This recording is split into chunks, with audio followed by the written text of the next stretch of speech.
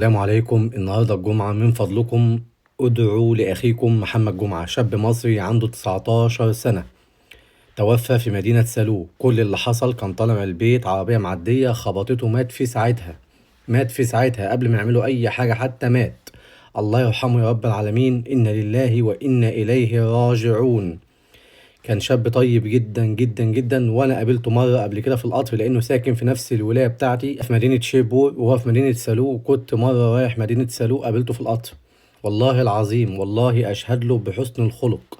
قعد جنبي في القطر، قال لي انا عارفك، وفضل يتكلم معايا شويه، وقعدت اتكلم معاه. قال لي انا طالب هنا وبدرس ولسه جاي بقالي فتره مش طويله، ادعي لي ربنا يوفقني، تنصحني بايه؟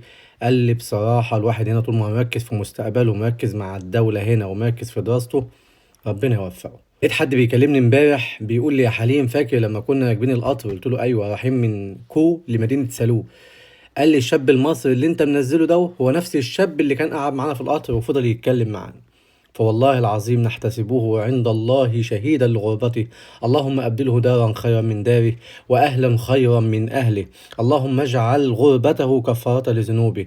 اللهم ألهم أهله الصبر والسلوان. اللهم اجعله من أهل اليمين. اللهم في هذا اليوم الطيب المبارك اغفر له كل ذنوبه.